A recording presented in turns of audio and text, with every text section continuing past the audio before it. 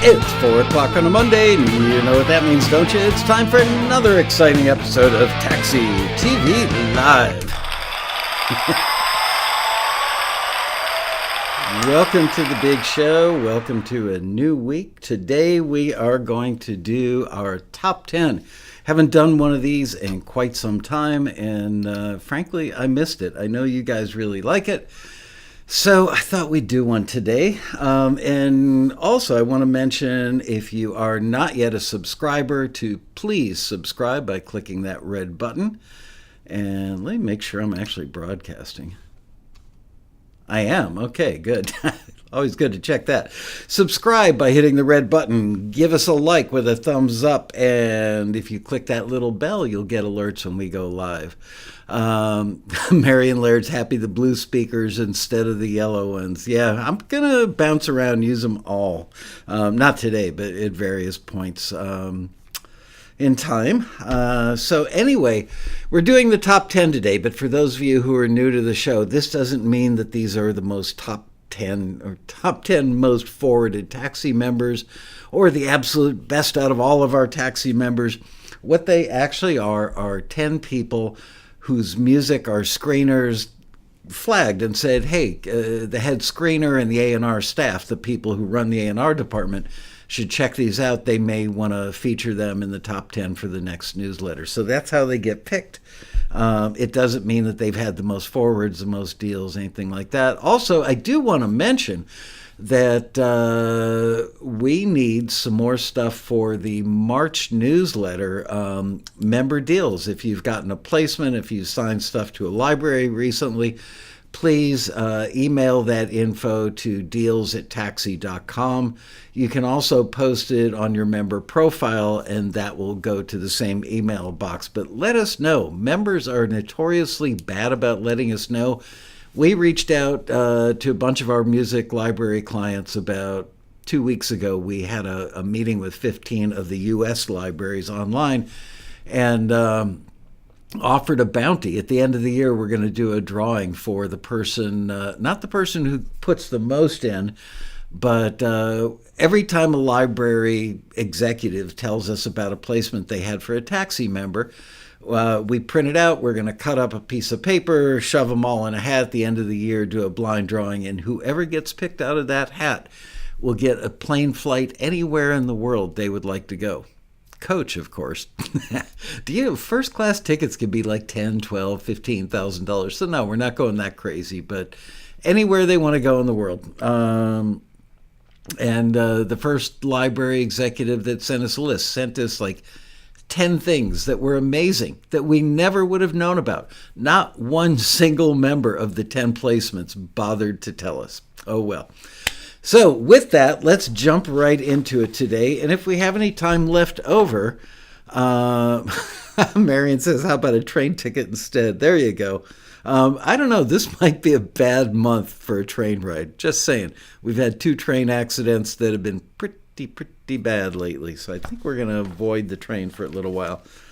Anyway, and I am about to butcher the name of these people.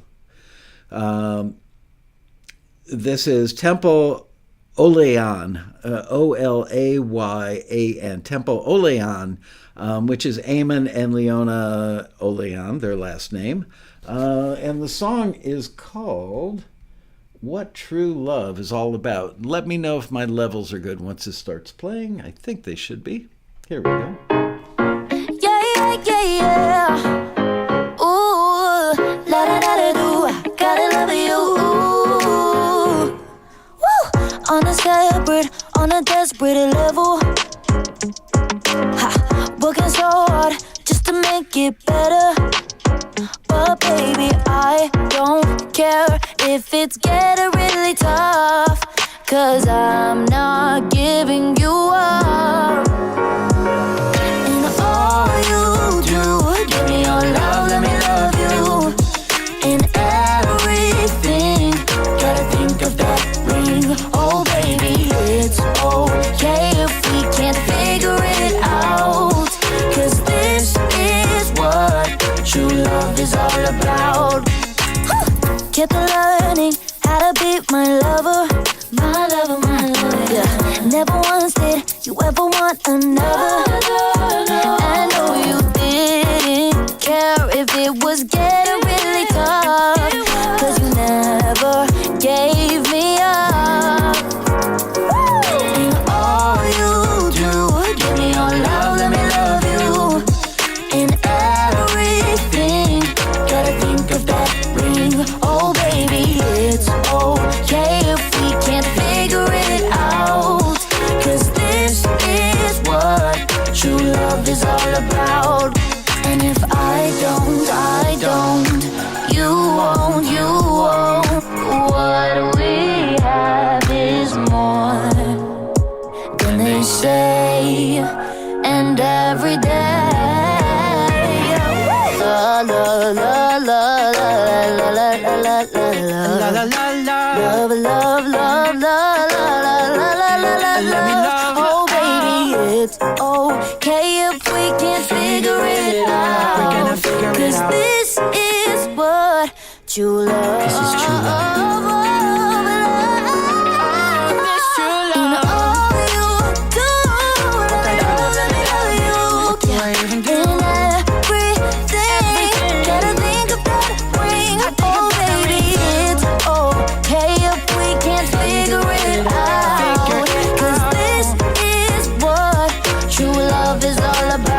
Can you give me your la la la la la la la la la la?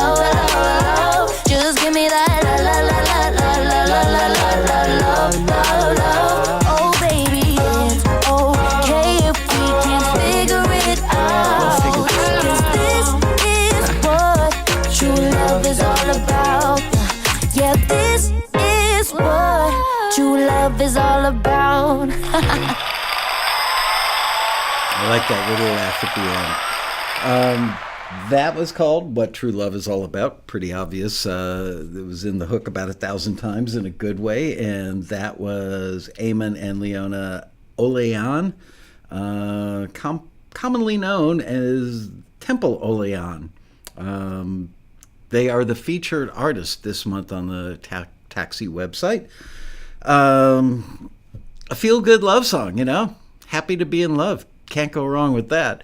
And I see everybody in the chat talking about Dan Weber's mom passed away. I'm so sorry to hear that, Dan. Got a big support group there in the chat room. You know that you are well loved here. Genre, please. I pretty much call that straight up pop. And I noticed that Mark Real lives 10 miles downstream from where the train exploded, had the accident and exploded. So Mark, and I'm not making light of the situation because I'm fairly appalled by it, but I don't want to get political in any way, shape, or form in this show. But somebody should have done something like 2 weeks ago when that happened. But Mark, my advice to you is don't go fishing in that river. I don't know if you guys have seen the video where they take the stick and drag it over the bottom of the stream and just junk comes oozing out. Anyway, all right, well, let's try and get back on track here, no pun intended. Once again, Dan, you know how we feel about you, so by extension, how we feel about losing your mom. Sorry to hear about it. All right, the next one is Damarr Smith, and this song is called Persecute Me. You know how sometimes you look at a word and it just doesn't register the right way in your brain? Well, ever since I've been a kid, I've seen the words prosecute and persecute. They flip. It's almost like I'm dyslexic or something. I'm sure that's not the very definition of dyslexia. But even as a little kid, I remember one time my dad took me out in, like a forest somewhere on the outskirts of my little farm town with a brand new BB gun that I got, and was shooting at a tree.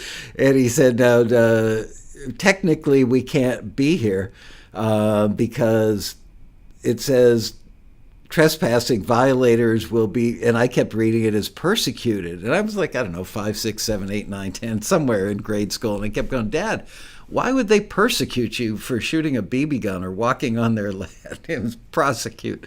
So anyway, this is Persecute. The song title is Persecute Me. And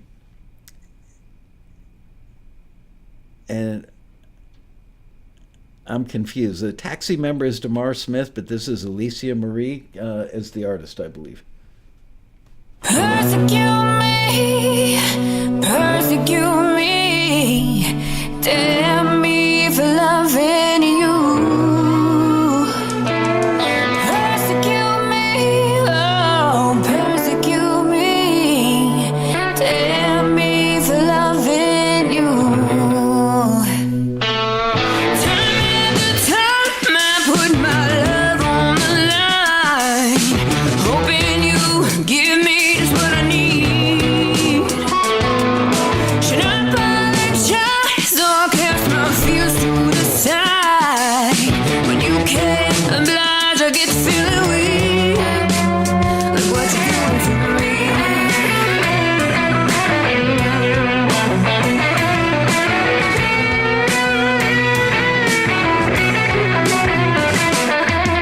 Persecute me, oh, persecute me. Damn me for loving you. Persecute me, oh, persecute me. Damn me for loving you. You can't blame me 'cause I want it all the time.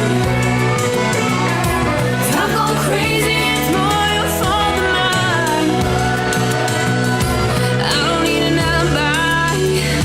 I don't wanna fantasize.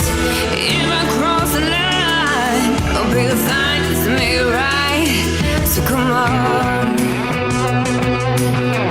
persecute me, babe. Come on,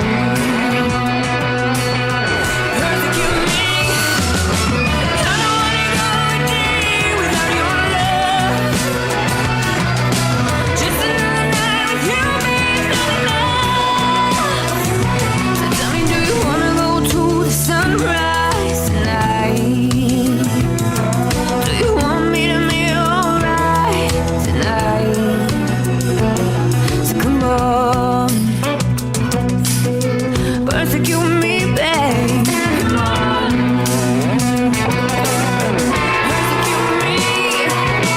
persecute me, oh, persecute me. Damn me for loving you. Persecute me, oh, persecute me. Damn me for loving you.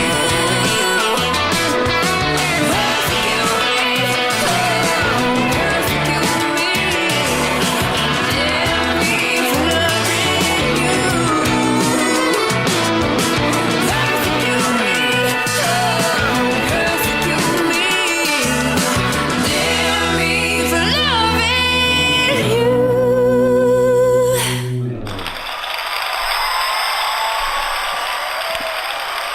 Great. Somebody was asking about the genre. I'd call it blues rock. Again, pretty straight up, easy to identify. I think it's very syncable. Prosecute Me. No, Persecute Me. That was by Elysia Marie and Damarr Smith. Somebody's talking about the difference. We're talking about words that are easily kind of flipped in your brain, and everybody's got those words. That's true. So when my nephew Benji, who is now like 40 something, but when he was like, I don't know, maybe 7 years old, I took him fishing at a little like backwater creek behind a condo that I lived in Fort Lauderdale or Pompano Beach at the time. And after a hard day of fishing, he actually caught his first fish and absolutely loved it. We went upstairs and I was taking a shower. He was sitting on the couch in the living room and I had CNN on, and I came out and my nephew's sitting there looking at the TV with this perplexed look on his face. He's going, wow, that must have been a really big gorilla. And I'm like, what? What are you talking about? Whatever, it was probably like the Iran-Contra affair or something, because I think this was in the 80s. They were talking about the gorilla-torn streets of El Salvador or something. And in a child's mind, there was a giant gorilla ripping up streets with his paws. Anyway, I thought that was cute. Benji, if you're watching the show today, never have I forgotten that. All right, next up, we have a song called Feelings, and this is by Arron Michael.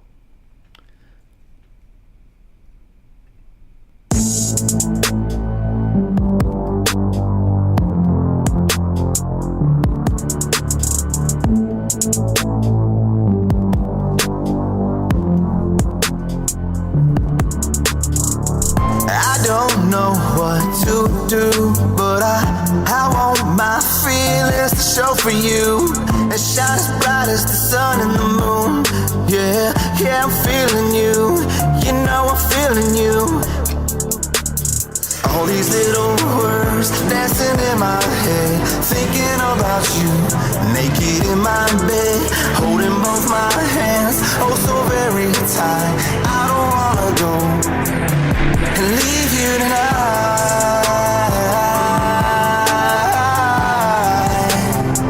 Yeah, I'm feeling you, and I'm feeling you, and I want you, baby, and I need you, baby. Every sweet little subtle kiss, yeah, you got me feeling just like this. I feel honored and privileged. Yes, you picked me to protect and cherish it. And your kind heart and your sweet soul, I can make some music thinking about you all day long. Yeah, I'm thinking about you. Yeah, I'm thinking about you. I can't live without you. Yeah, I need you, baby. All these little words dancing in my head, thinking about you, naked in my bed, holding both my hands, oh so very tight. I don't wanna go and leave you tonight.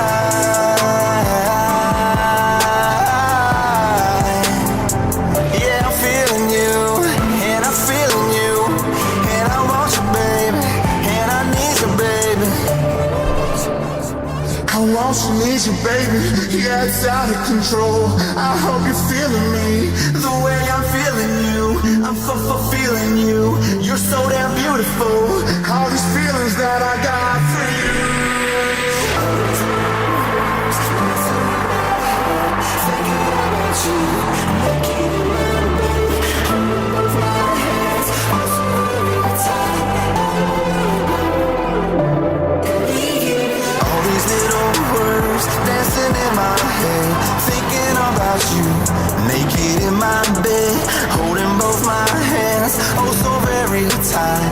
I don't wanna go and leave you tonight.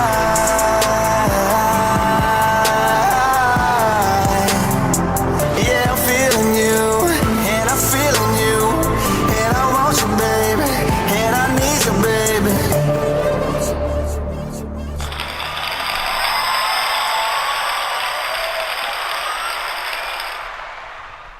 Man, I have... Get your boogie. I am having a weird tech day. Yes, I see the delay. I'm seeing it in the preview monitor. I'm not even watching what's going out to you. I'm watching what's going into the camera, and there's even a delay. I have no idea. I did figure out why I had the circle with the question mark, but I want to say that was Arron Michael, and the song was called Feelings, and you guys obviously like that one too. It's amazing how much good music, great music comes through here in any given week. Just truly amazing. Our members have gotten better and better and better over the years. But remember last week, I think it was, that I had the circle image behind me with the question mark, and it was using the microphone through the thumbnail shot that I'm seeing on this end that I've been doing for years and years and years. For some reason last week it decided to throw that thing up there. So I figured it out today, and I opened up a new layer in Wirecast, and I put the microphone in there like I used to back in the olden days before Bri taught me how to include the mic actually in the video shot of my face. And now I've got this weird delay. Oh well. I'm sure we will figure it out. But for right now, I'm going to look like one of those old dubbed movies where the mouth moves about a second and a half before the words come out, or vice versa. Okay. So I've already started that one. Let me see if I can.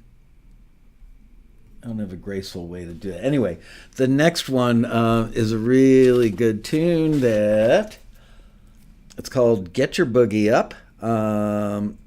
It's by D3.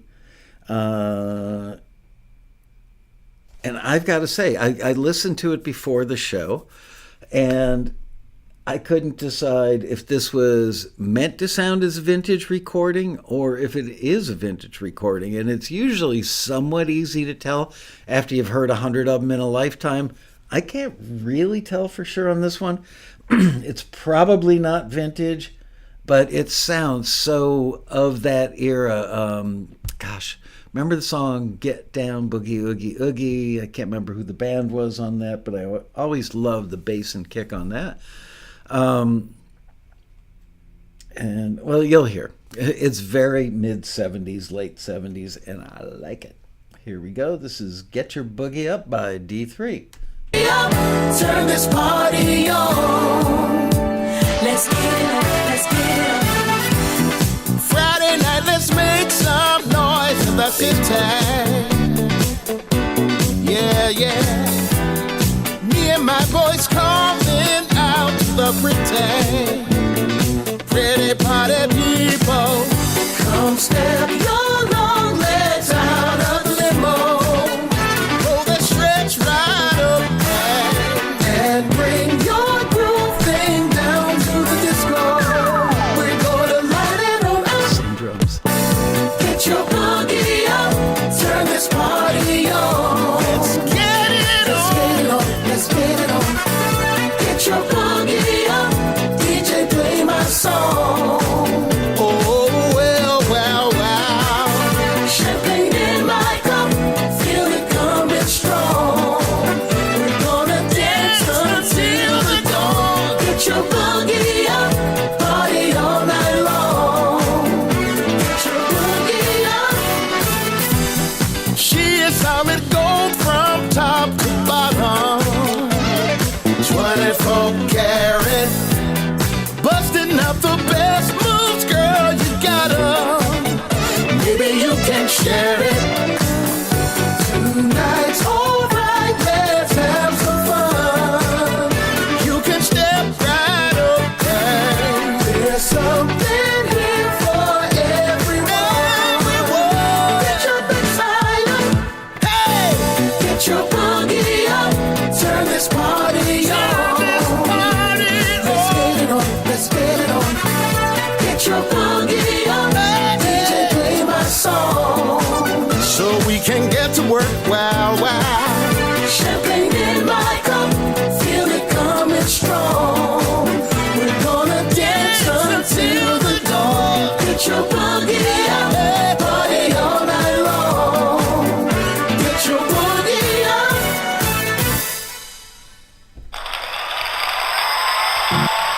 Get your boogie up. I love that.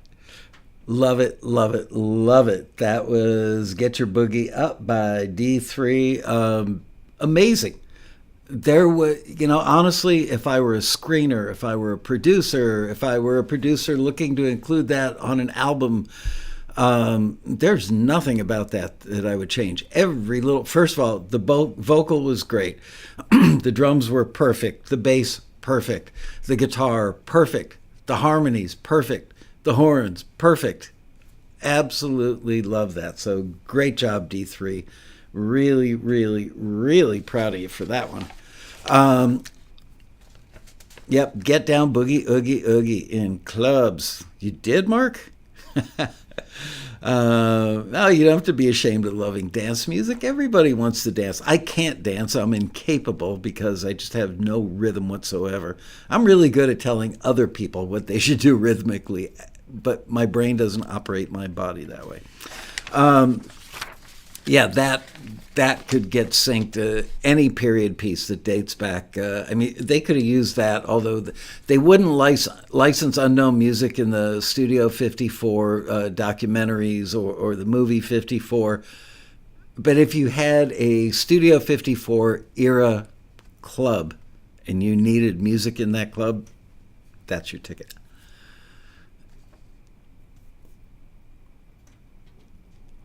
All right.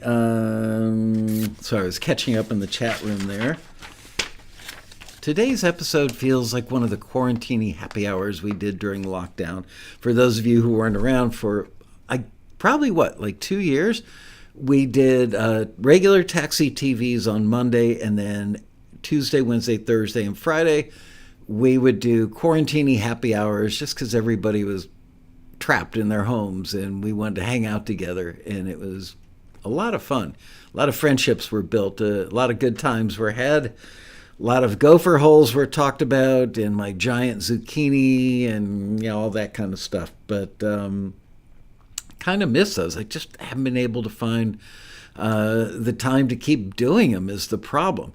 One thing we are going to do that even existing longtime members can participate in is we do once a month we do a thing called a new member Zoom, where we get somewhere around 25 to 35 people that are new members in the live version of the Zoom, and I do about an hour of stuff, all the things that you veteran members have learned over time by watching a lot of TAXITVs, trial and error, things you've learned in the forums from your fellow members, all that stuff. I try to cram it into an hour so that new members can know that stuff going in and find success more quickly. So we've been doing those now for, a year and a couple of months.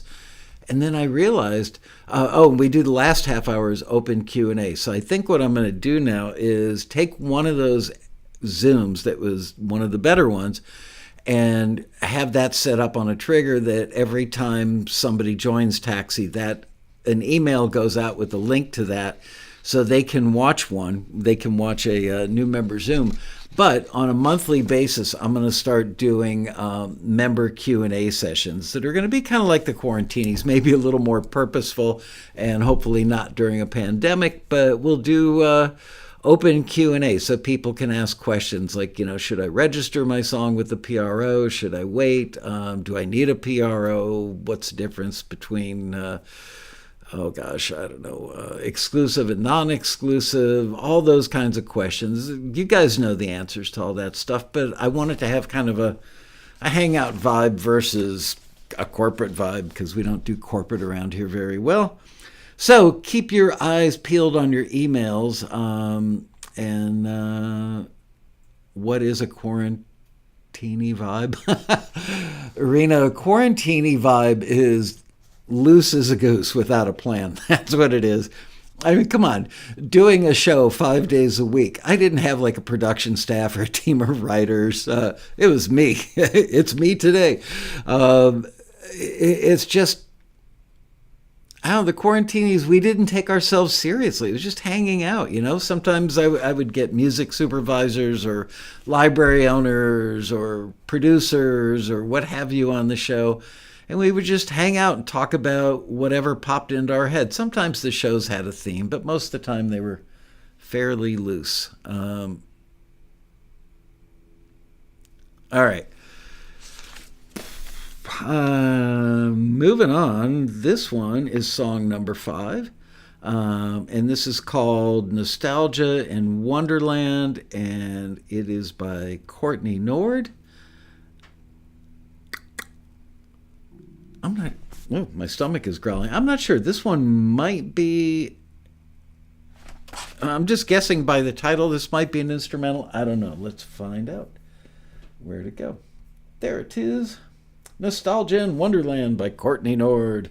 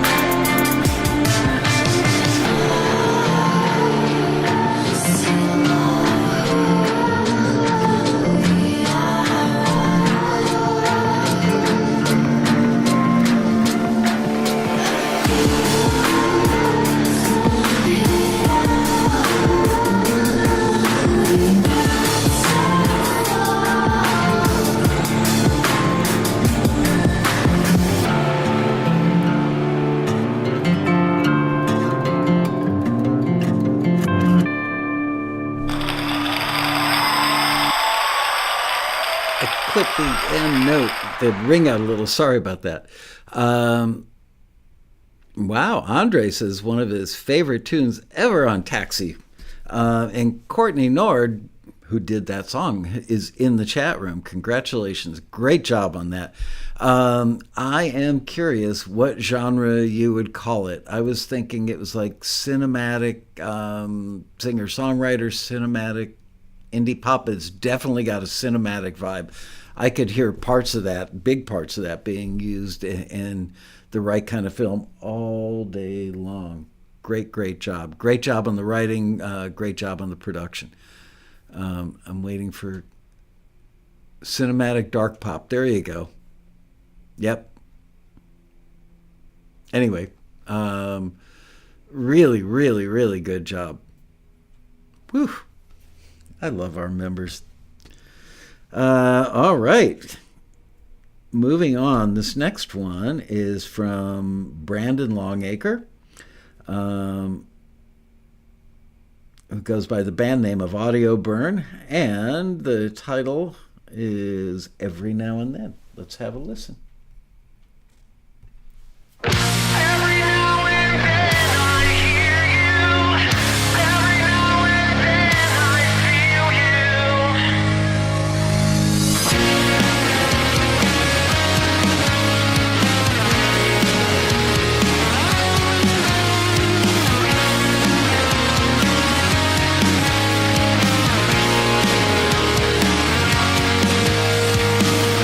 You hear me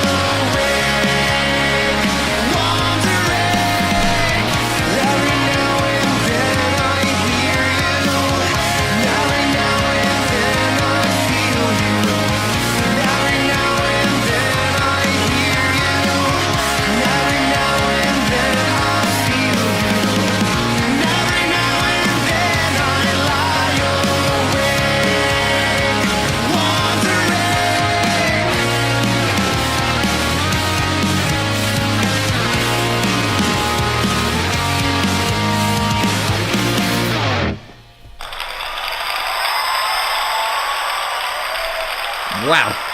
Another one. We are having a great time finding great music here at Taxi this month, apparently.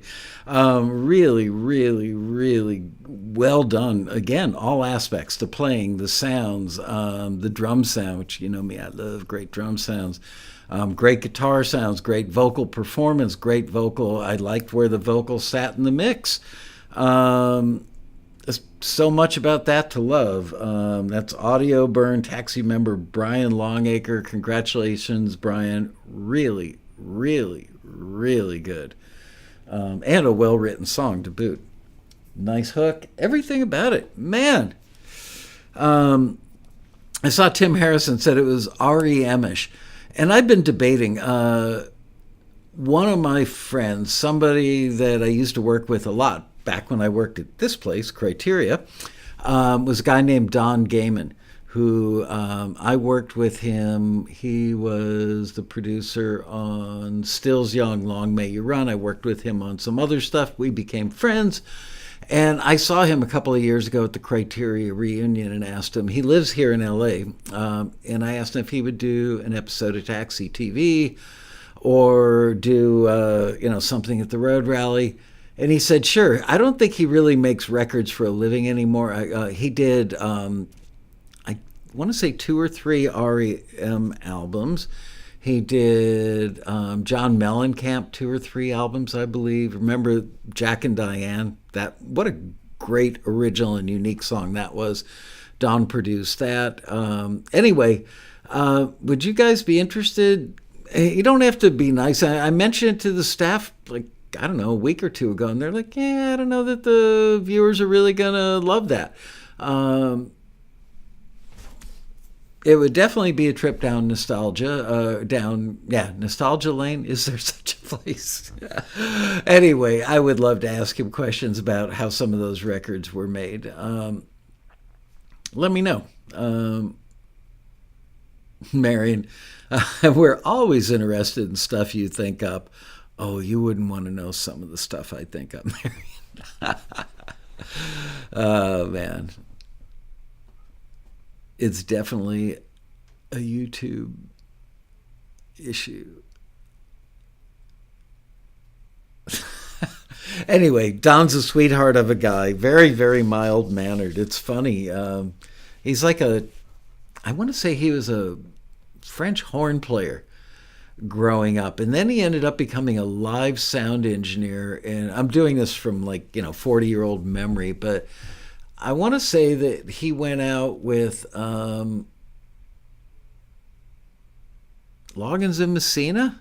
I'm pretty sure he went out with Loggins and Messina and was their front of house engineer for all their big tours back in the mid 70s through probably 1970s. I don't know, probably 72 through 76 or something. I don't know.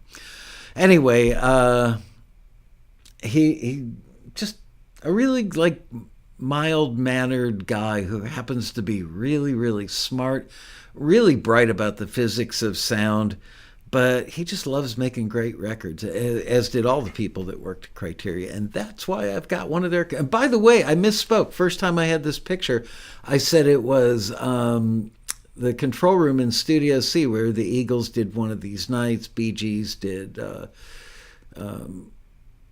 what was the Bee Gees did? Saturday Night Fever. This is actually Studio D, which was built while I still lived in South Florida, but I left Criteria and brought a couple of records to a place in Fort Lauderdale. It was brand new, Criteria equivalent studio called Triad Recording. And so while I didn't work there, I was there all the time. All my friends worked there, and I stopped in a few times a month while they were building this room, which has been totally revamped. And so basically, if my memory serves correctly, they built this room specifically so the Bee Gees had a room that they could lock out for the better part of a year, because they were always working on new Bee Gees records or Andy Gibb records or Barbra Streisand, Barry Gibb records. All that stuff was being done in that room that you were looking at. I don't believe that it had the purple monitors. I have no idea what kind of monitors. I've never seen a monitor with that thing that looks like a hood ornament above the two woofers. No idea what that is, but it'd be cool. All right, moving on, lest I chat too much.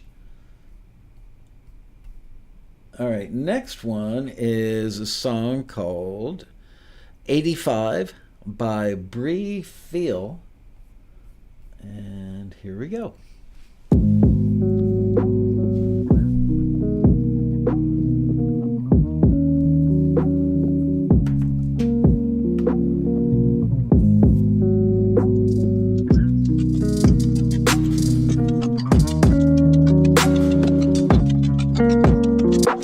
I remember way back then.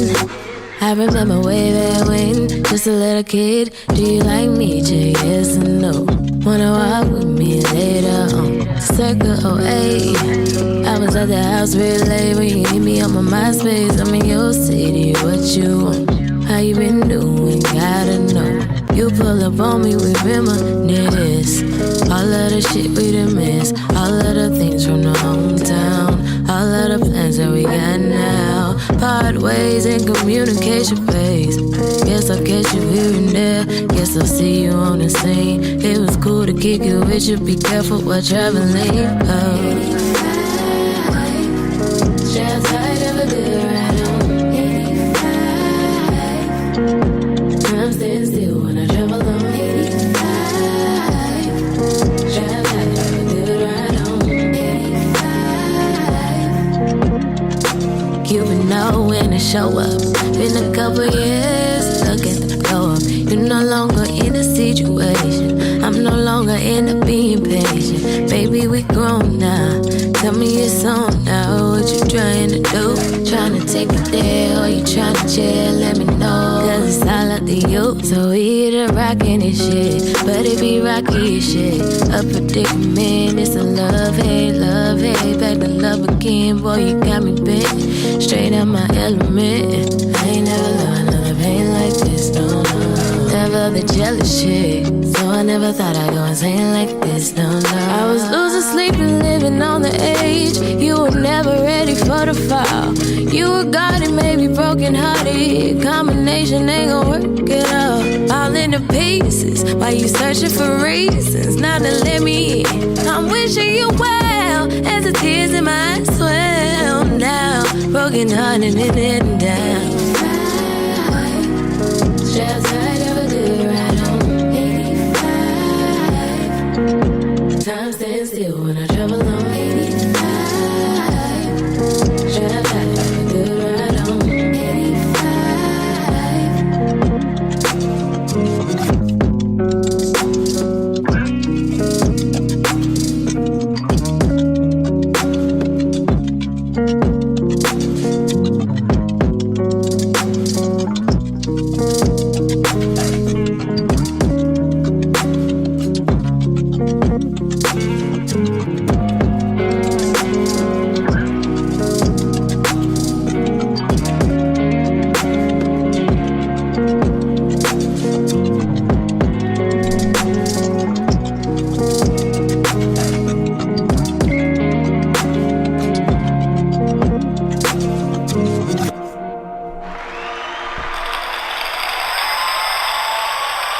Wow. I can't believe the quality of what the team found this week. Great stuff. Love the approach to the vocal on that. Love the sounds on it. Love the production. Everything about it. Hate to sound like a fanboy, but hey, you know, you'd know if I was lying, right? All right, well, let's not break the momentum. That, once again, was Bri Feel. The song was called 85. Very, very cool. Okay, the next one. Let me look. This one's called Joyrider. It's from KCJL, and it is an instrumental. Let's have a listen. Let me bring this fader back down. Okay.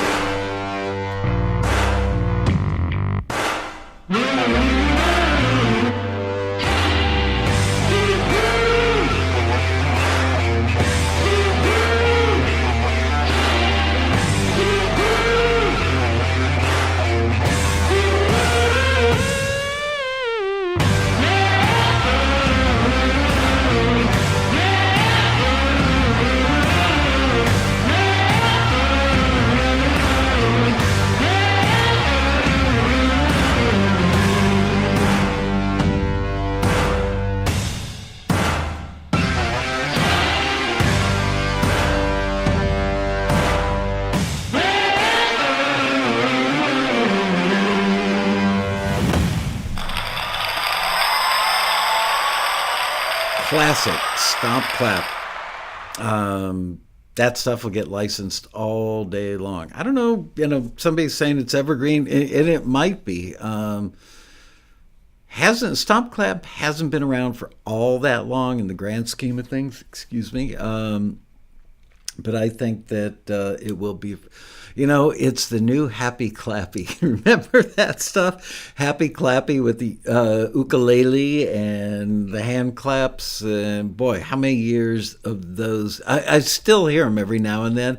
But it got to the point where the industry, it's like if you mention that kind of track, you were some sort of pariah. But yet people quietly kept using them. I think mostly because their clients, whether it was somebody in that agency wanting it in a commercial, or a director on a film wanting it in their film, or an executive producer on a TV show telling the music soup, get me something like that with a little ukulele and some hand claps. I don't know. But that was, I personally didn't hate it, other than get tired of hearing the same old thing all the time, but lasted a really, really, really long time. Not the world's worst thing, right? All right. Wow, I can't believe we've only got 2 more left. The next one is from Pagoda, also known as Taxi member Michael Hubbard, and the song is called Best Laid Plans. Let's have a listen. I'm feeling nostalgic, that's where my mind's been, 'cause life's been driving me down. There's no beating around it, thoughts really found it. Now it's a clouded, distant sound. Is it too soon to think like this, and my better days have passed? Am I too old to take new risks and give my own self back? Where you been for all these years with all the dreams we had? Take me back to the summer, take me back to the summer. We were young, full of life, didn't know it was paradise. We were broke and blind, but we had each other. I made plans for you and I, but my best laid plans never survived. Remember when we had each other, the sunset of the golden summer. And then the fall came with all that fall rain, and our foundations fell apart. You drowned me in anger, how could I stay there? So I took my anchor, left my heart.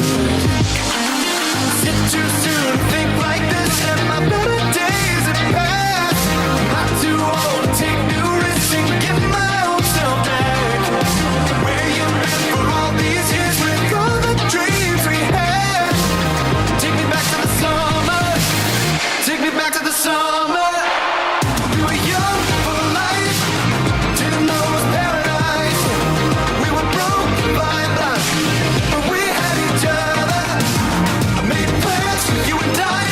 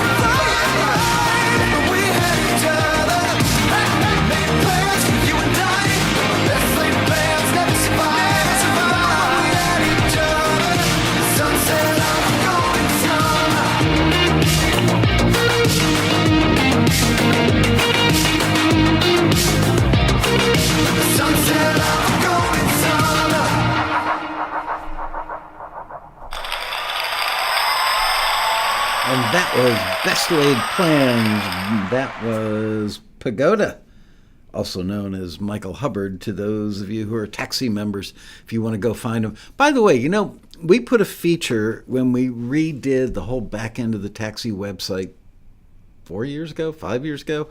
You know, you guys can go in and like and connect with other members. Follow other members, have them follow you.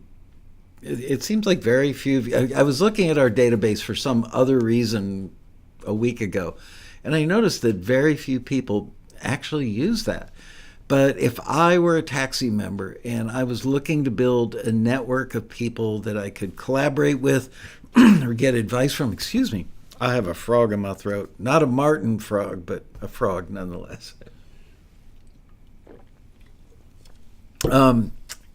Anyway, I think it's a great networking tool that I wish more of you would take advantage of. But you know what they say: you can lead a horse to water, but you can't always make him drink. We've got one more to go, and then we're gonna have half an hour left. Maybe we'll do a little Q&A. Maybe I'll give away a book. I noticed before the show started today that I've got several copies of Steve Barden's book, so maybe I'll give one of those away. Anyway, this one is called Open All Night Blues. See if you can guess the genre. It's an instrumental by Doug Knight. Let's have a listen.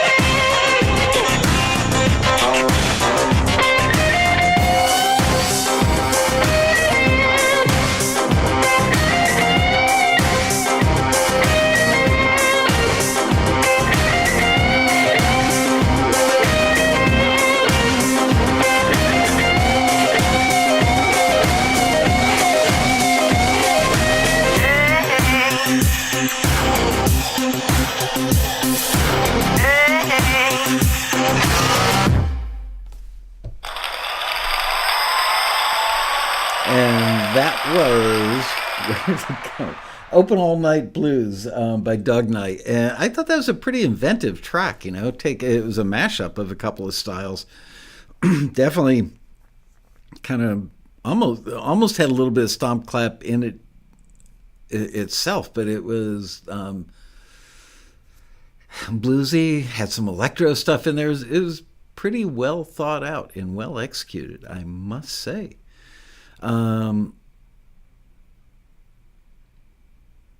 Yeah, all great tracks today. I've got to say, I agree with you, Beth D. I love doing these shows because I love how enthusiastic you guys get for your fellow members. But I'm also just blown away by the quality of the music that the A&R team finds here and the quality of the members that make that music. Just incredibly good stuff.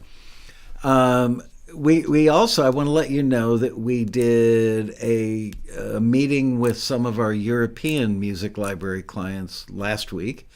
And they too are on board with the idea that once we get a program, we'll be rolling it out. And that is that we are going to include a button.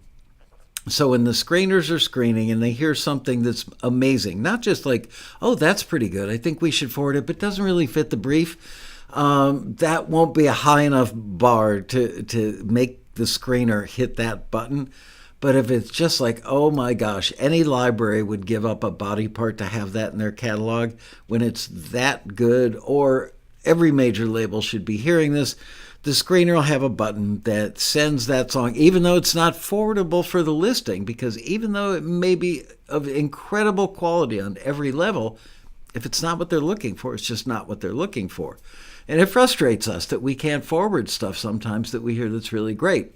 On the other hand, the Taxi compilations we've been doing now for the last year have been met with just like overwhelming success. The people on the industry side literally gobble the stuff up as soon as it hits their email boxes. As a matter of fact, a couple of our European library friends or partners or clients, whatever you want to call them, were complaining that by the time they get the stuff, because they're sleeping when the emails go out, that they reach out to the members as soon as they hear it, and they can't get the stuff because the American libraries have snapped it up already. So we are going to figure out a time of day that we can send out those compilations that will at least give the European libraries an hour of business time where they can respond and snap some of the stuff up, and it will be kind of like opening bell in the States, depending which time zone you're in, and closing bell in Europe.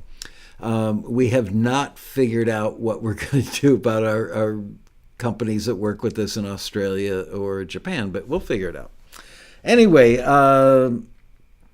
let me go grab a Steve Barden book, and we'll figure out a good reason to give it away.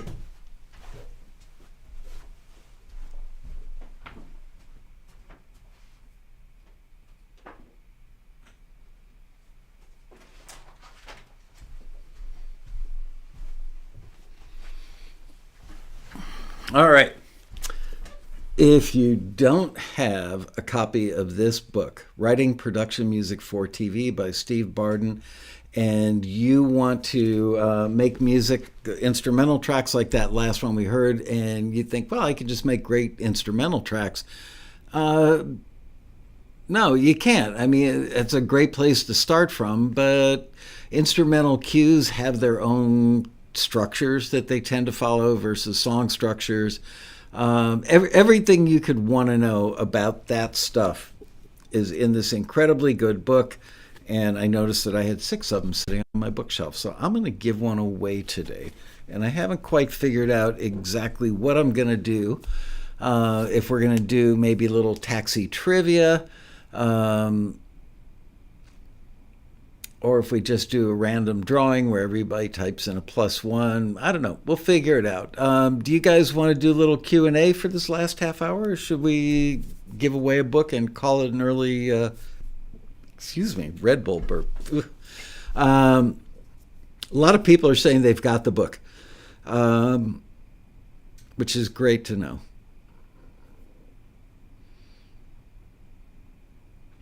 Oh, Damarr, how are you?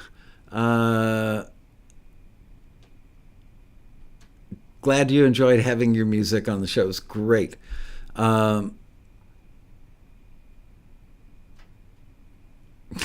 Kelly Winchester says, just give it to me. Excuse me. All right, let me know if you guys want to do some open Q&A to kill a half an hour, or if we should just give away a book and end the show early. You can't offend me. Either answer is good.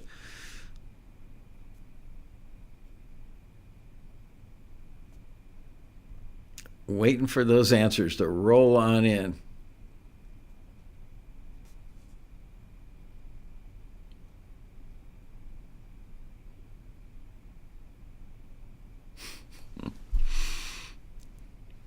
Come on, type them out. I don't want to sit here staring at the chat room forever. All right, Q&A. Looks like I'm getting a lot more people saying Q&A. All right, so we'll do a little Q&A till it gets boring, and then we'll stop. And we will give away a book. All right, so if you've got a question that you'd like me to take a shot at answering, just type the word question in all caps so it sticks out on the chat room, and I will do my best. So, yeah, I've got about, it looks like 20% of the people are saying book, please. Hey, Jan, how are you? Good to see you. Tim Harrison suggests A and Q, answers and questions. I like it. Yeah, let's see if now that everybody, or the majority of people have said Q&A, let's see if we actually get any questions rolling in, or if I'm just going to stare at the chat room for a while. I think I can actually sit back in my chair. Wow. The chat has stopped rolling. Apparently everybody's typing out really, really good questions.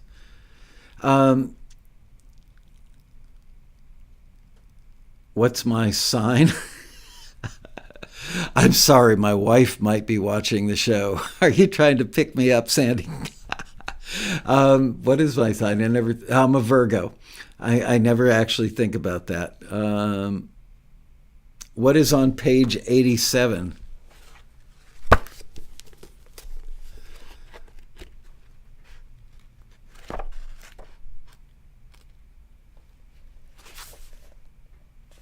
Finding your muse and how to stay focused.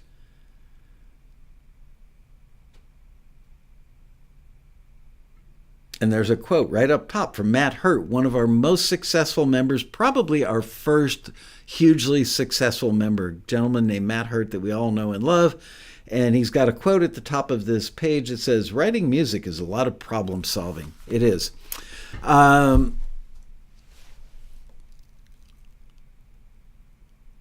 What was the first studio I worked at? You're looking at it right there. Criteria Studios in beautiful Miami, Florida. An amazing facility. I learned so much, and it really kind of contributed a lot to the outcome of my entire life. Taxi wouldn't exist if not for Criteria Studios and me getting my first job there.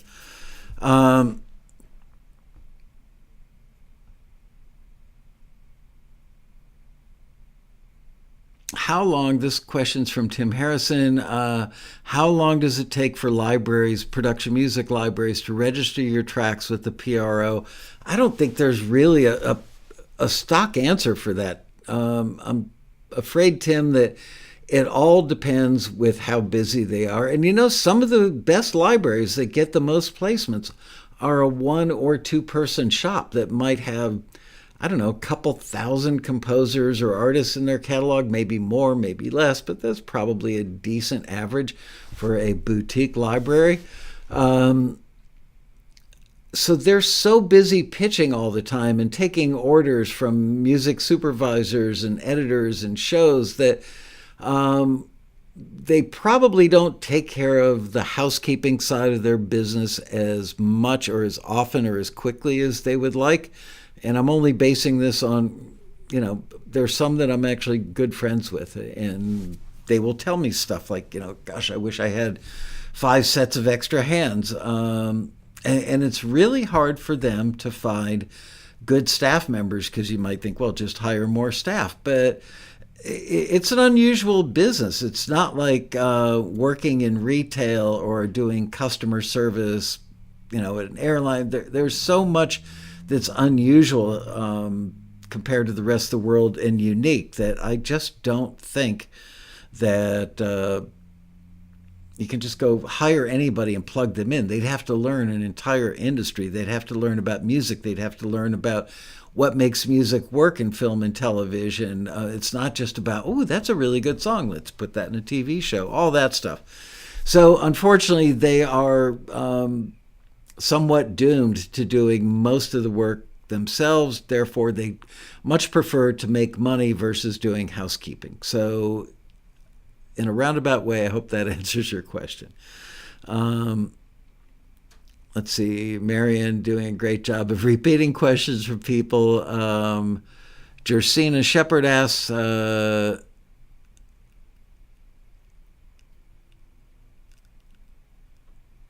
I don't understand that. I really don't understand it. I'm guessing, oh, I see. If a music library does a new mix of one of my songs, do I have to copyright that? no, I mean, a master is copyrighted and a composition is copyrighted. A new mix would be creating a new master, but it doesn't require a copyright, I don't believe. I'm not a music attorney and I'm not a publishing expert. I'm pretty darn knowledgeable, but I don't believe that you would have to copyright that new mix.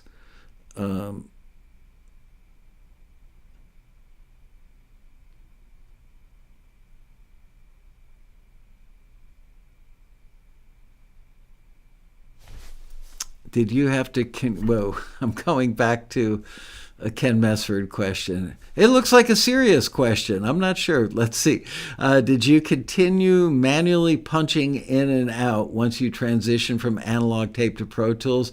Well, I actually have Logic, and I can't say that I've had to do a punch yet, or program, or do one manually.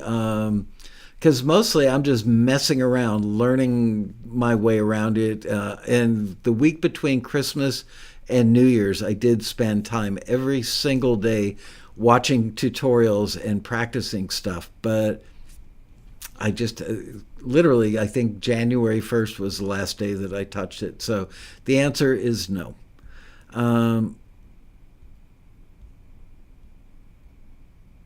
Courtney Cloud wants to know, can you talk about how sync works with Taxi a bit, aside from submitting on our own?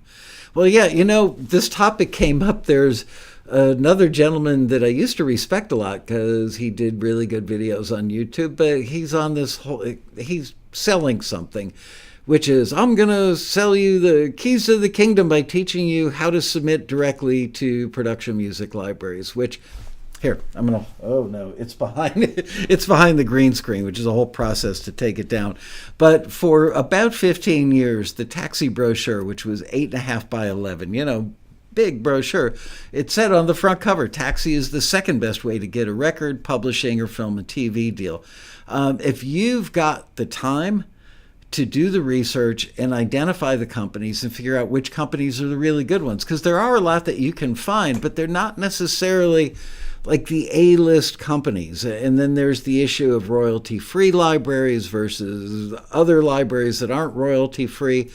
So Taxi's been around for 31 years, and we've become really, we've always been good, but now we've become like just incredibly good at vetting these companies and finding the ones that you would actually want to be in their catalog. Because, yeah, anybody can go find libraries online, and you can submit your music. Many of them, not all of them, but the ones that accept submissions online sometimes are easier to get your material in their catalog. But do you want to be in the catalog is the issue. Do you want to be one of, 10,000 things, 20,000 things, maybe 100,000? I don't know how big some of those catalogs are for the royalty-free, but they're very lenient about what they'll accept, and it's very satisfying. I get that. For the creators of the music to go, my music is published. I've got a publisher. I'm in a catalog. All those things are true, and I understand why that feeds one's inner desire to have validation, and that's what it gives. But I think that in many, not all, but most of those cases, the validation might be the only real thing that you'll get. You want to be in libraries where there are people, not just an online searchable database where somebody's going to go on there at 2 o'clock in the morning and search for a certain kind of music. You want to be in catalogs where the owners of those catalogs and the staffs that work at those companies have long-term relationships with the editors, have long-term relationships with the producers of TV shows, have long-term relationships with directors on movies, because that's who the majority of the real people in the industry reach out to. They want to work with people they know and they trust and they know are going to deliver stuff on time, and there aren't going to be problems and complete, getting a quote and doing the license, all that stuff. So yes, virtually anybody can get in some of the really big lower bar libraries that are often royalty free, and that's a whole other, we could do an entire show on that. I think we actually have. So Taxi gets you in the good ones. And there's some of it that you have to figure out. Look, Taxi isn't going to change your life. You're going to change your life. We don't sell dreams. We sell the tools and the avenue. Taxi spends a ridiculous amount of time identifying these companies, reaching out to these companies, building relationships with them, fine-tuning, the level of how high the bar is for what we forward to them. Listening to feedback from them, writing up the Taxi listings so that they accurately reflect what these people are looking for. So if that is more helpful to you and you want to speed up the timeline to actually earning money with your music, that may be a better way to go than doing it on your own. However, if you're unemployed, you don't have a job, you don't have a family, you do have a lot of extra time in your hands, and you've got the business chops that would allow you to craft really good emails, really short good emails with really good subject lines, and the music has to be good. See, that's the thing. When somebody is teaching a course or selling a list within their course, here you go, I'm going to give you a list of hundreds of music libraries. Guess what? You and thousands of other people that have taken that course all have that list, and you're all peppering those libraries with emails. Here's my music. Check it out. It's great. So if you were a library owner, if you were an executive at a music library, would you rather tell Taxi specifically what you need right now for a particular project, or to beef up your catalog, or to get newer, better versions of stuff that's gotten a little long in the tooth in your catalog? Would you rather go through thousands of unsolicited things that are going to range all over the place, mostly from people that don't know the first thing about producing music for production music libraries? That rolled off the tongue well. That's the thing, is everybody just thinks all I need is great music and they're going to love me. That could happen, every now and then. There's always that chance, but it's not going to happen most of the time. The way things happen in the real business world, and in the real business world of the television industry and the film industry, is they're looking for something in particular at a moment in time that solves a problem. We need something that rips your heart out and makes you incredibly sad for this scene. So should they look through 1,000, even try after the show ends today, go see how many complete pieces of, well, not complete, they won't listen all the way.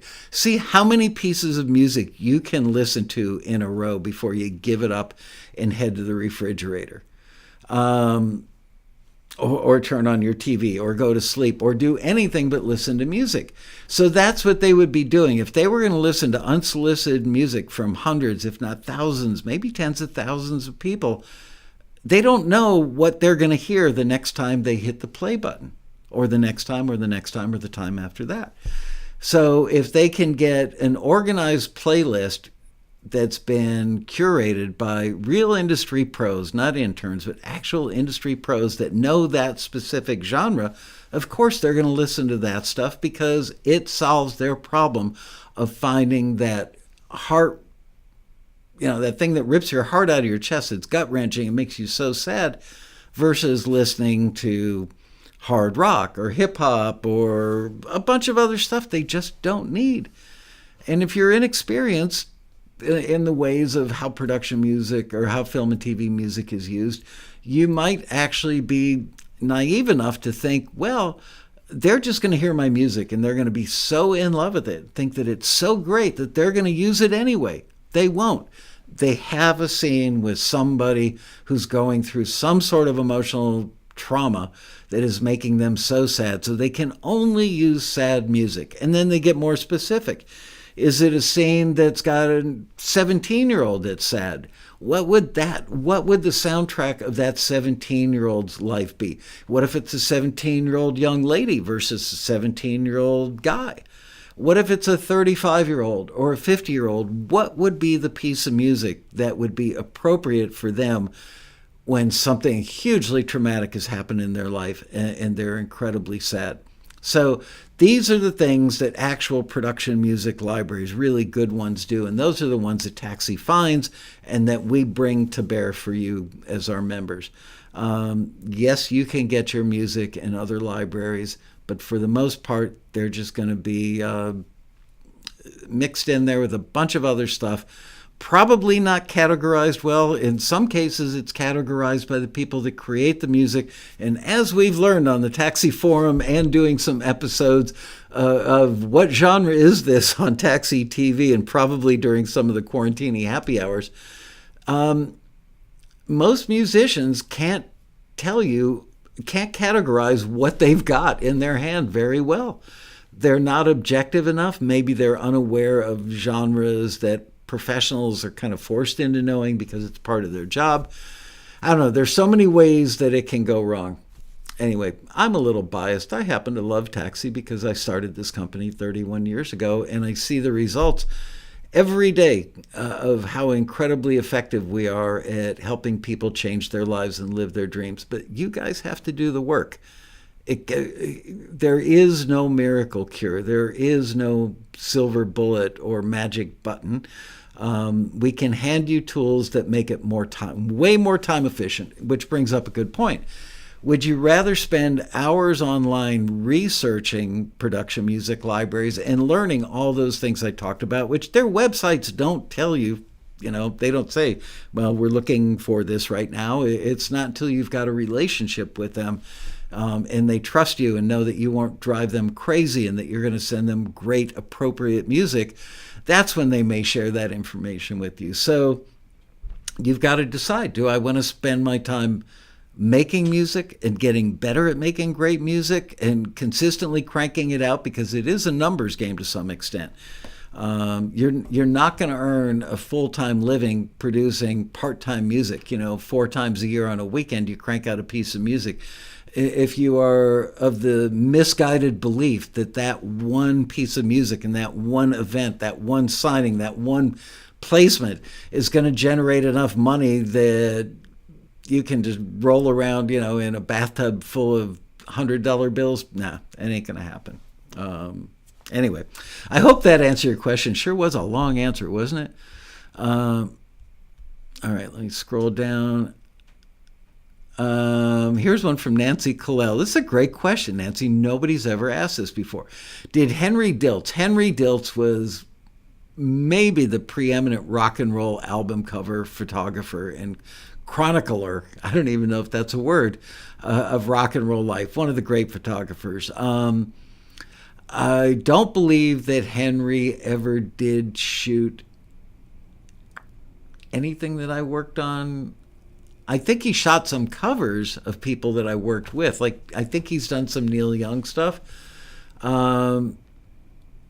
The only rock and roll photographer of any note whose name I remember is a guy named Benno, Benno, I believe, 2 N's, Friedman. And he shot, when I was working with Melanie, remember I got a brand new pair of roller skates, Melanie? He was the photographer shooting that.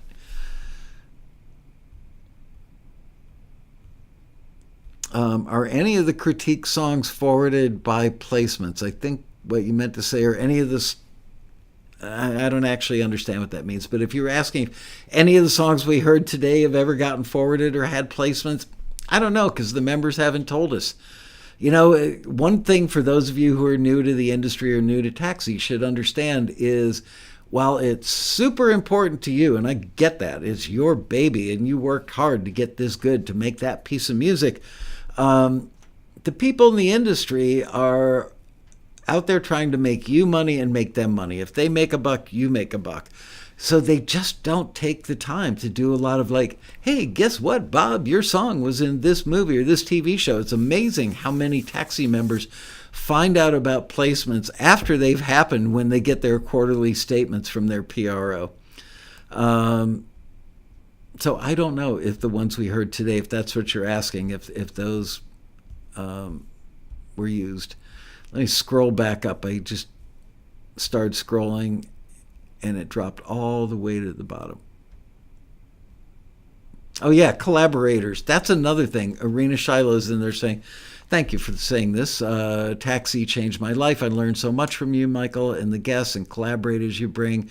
Literally changed my life 180. Well, thank you for saying that, Arena.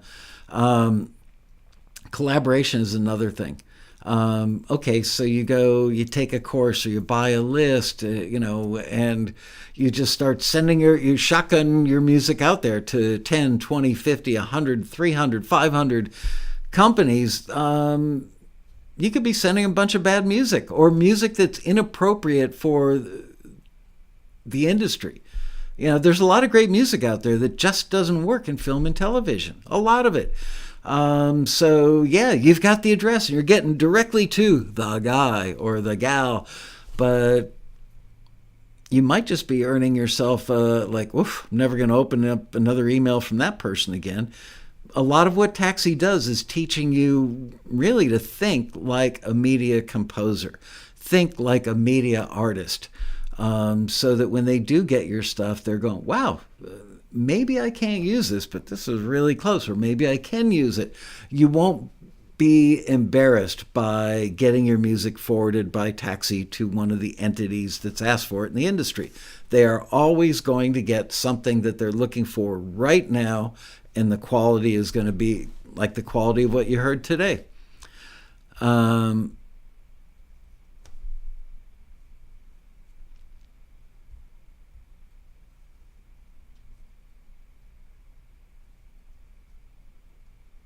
The drum tutorial posted by Taxi on Facebook was great.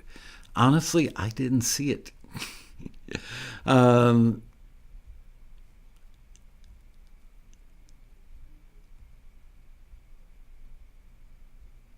Mesford said, I notice whenever you start or stop the tracks, you do a punch-out hand gesture. That's an old habit. Hard to break old habits, but yes, back in my day, if you were punching in on a vocal, on track 16 on the 24 track, boom, you nailed it really hard to make sure that you lit that button up. Buttons weren't nearly as good in the 70s as they are now, and we had to whack those suckers. So a lot of times it was the flick of the finger or like a serious whack. And to this day, I still do that. I do that on my car radio just because it's a hard habit to break. I've got to let you know that some of my fellow engineers that came up, some of my assistant engineers that worked with me would laugh because by the time they got in the industry, buttons had been improved and they found that they didn't need to whack the buttons and they would watch me do punch-ins. But you know what? I'm lightning fast. I'm talking lightning fast with that finger. I can't remember. I once had to edit a speech for President Ronald Reagan where he said the word heritage but without the T, and it was like heritage. I think it was me or maybe one of my assistants. Somebody went out in the studio and just went like 30 different T's, T's, and we found one that sounded like it worked and cut that in. So that's precision editing with a razor blade, just like precision punching with the magic finger.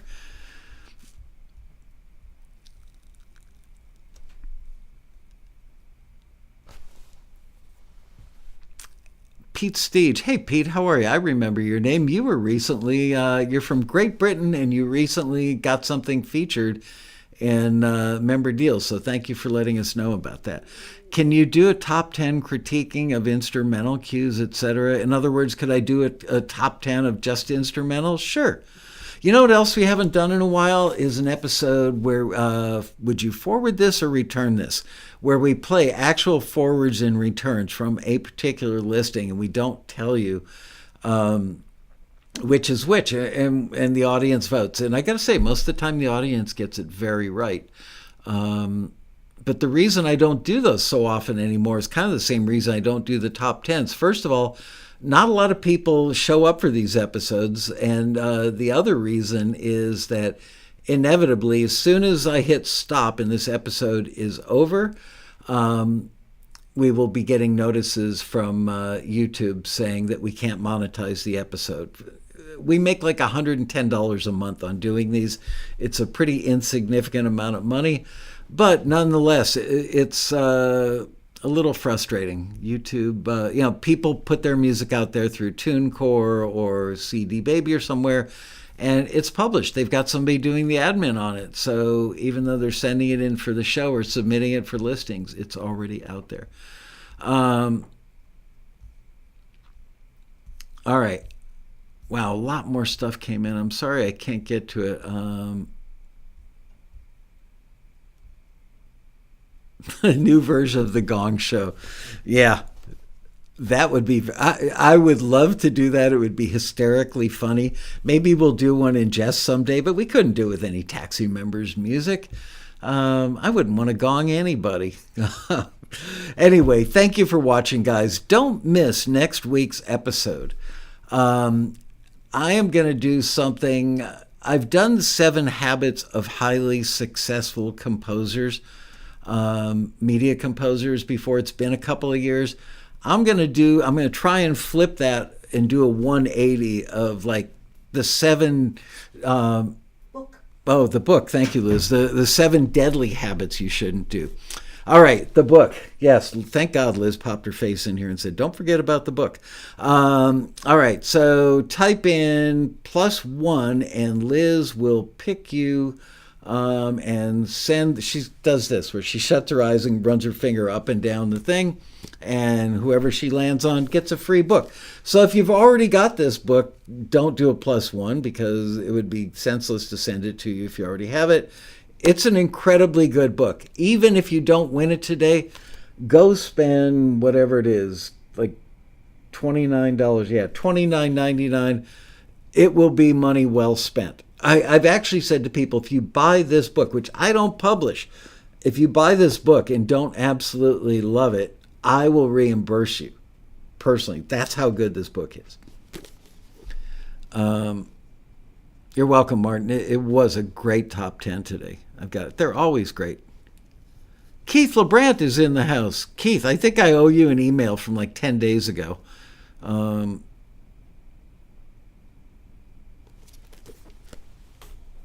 right. Waiting for Liz to...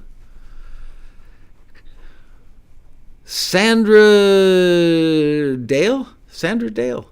Congratulations. You have won an amazing book. I would go as far as saying it's a life-changing book. So congratulations.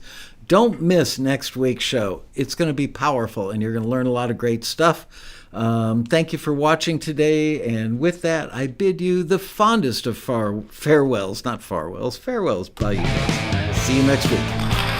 Don't forget, subscribe if you're not a subscriber yet. Hit that like button. And see you soon.